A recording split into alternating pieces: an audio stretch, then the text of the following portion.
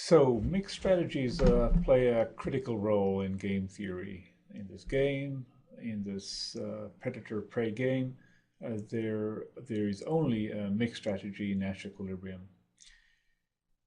So the question is, the first question to ask is, what do these mixed strategies really represent?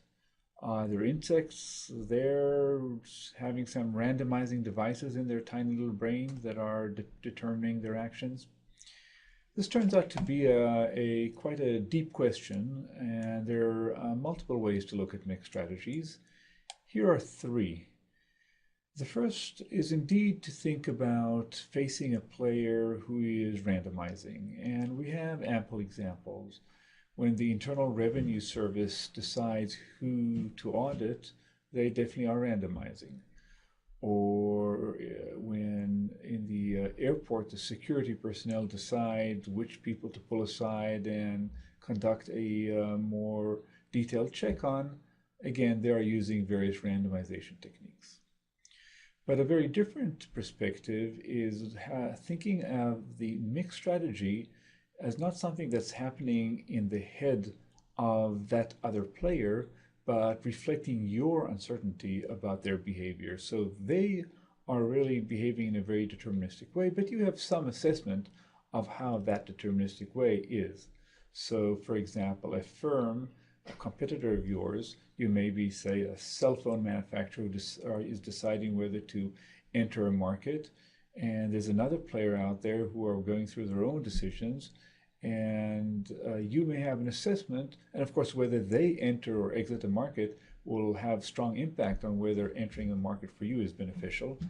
And you may have some assessment about their decision-making process and end up with some assessment that with some probability they will, say, enter the market. So that would be another way to interpret the uncertainty, the mixed strategy of the other player. Another famous example, quite relevant in the last decade or two, but in fact was very salient in the mid-50s of the 20th century when game theory was given a major push, was reasoning about international conflicts, whether it's weapons of mass destruction, nuclear weapons, or what have you. You have one party who is deciding whether or not to construct weapons, say, in contradiction of a treaty, and another party who can inspect the activities of the other party, although doing it rather not exhaustively, so they have to have some strategy about how to do it. And you, if you're the party who are deciding whether or not to create weapons, might have some assessment of the probability that they would inspect it in a given location. There's a completely different way of thinking about it, where the agents involved are really not doing much reasoning at all. In fact, they may be insects. But you might be facing many different kinds of insects. And the mixture is really the probability of encountering an insect or a player of a certain type. So you have a mixture of populations, and the mixed strategy reflects the relative components of a particular population in the mixture.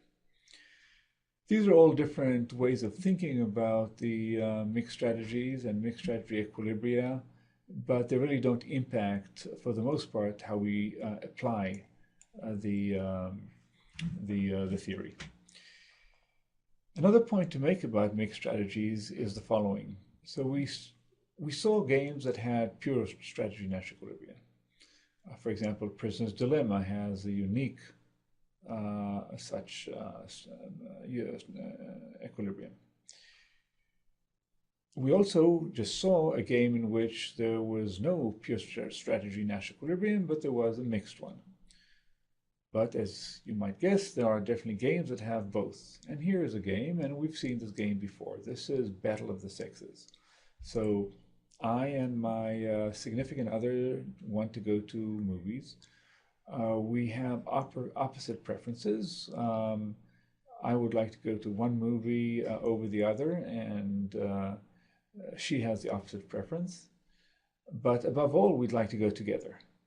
So if she decides to go to one movie, I definitely want to go to the same one. I would prefer that it be the kind of movie I like and not the kind of movie she likes. And the same goes for her. And here is the payoff matrix corresponding to that situation. Now, we immediately see that we have two pure strategy Nash equilibria. Again, if she decides to go to one movie, say this one, then I definitely want to follow suit and go to the same one, and conversely here, and the same goes for her. But is there also a mixed strategy Nash equilibrium? Well, let's take a look.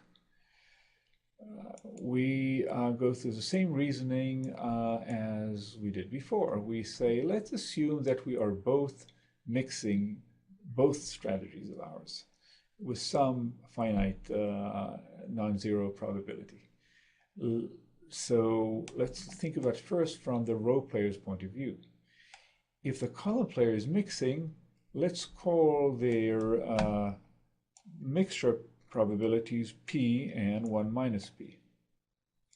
Now, if I, the row player, am randomizing, I'd better be indifferent among playing the two strategies, namely playing this one and this one. Well, what's my payoff when I play this one? It is P times 3 plus 1 minus P times 0, which is written right here. This is one expression. Similarly, my payoff for playing P is this expression right here. And if I'm indifferent among them, they better be equal. And when you do the simple calculation, you get that P is equal to 1/4. So this is all from the row player's point of view. Now let's think about it from the column player point of view, and we'll go through the very same calculation. And whereas from the for the row player, they would put a weight of 1/4 on the left strategy, we'll see that the column player will put a weight of 3/4 on that, and we'll get the simple equilibrium of 1/4 and 3/4 on the for the two players.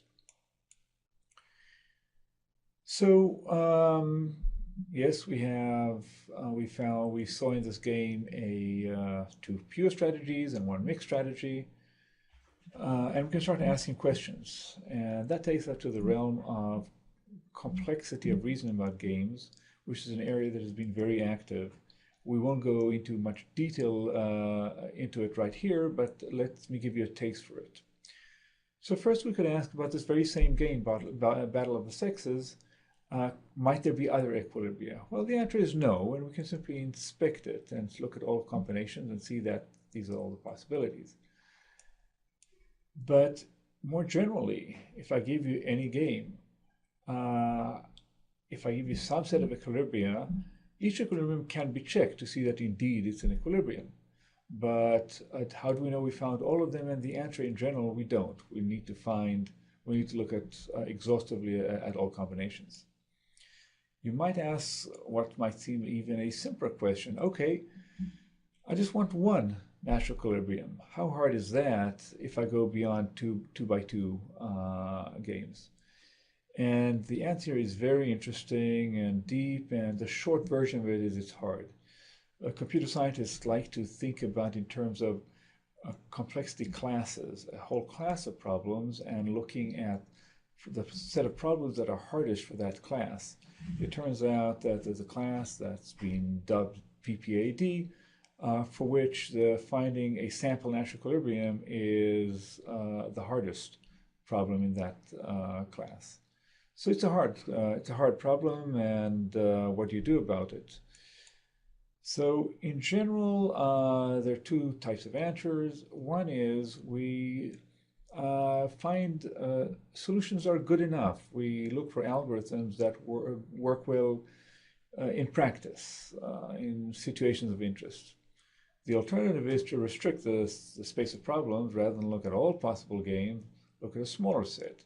We already saw that in 2 by 2 games, the situation is simple. Well, maybe there are situations that are not as constrained as that, but still give rise to tractable algorithms.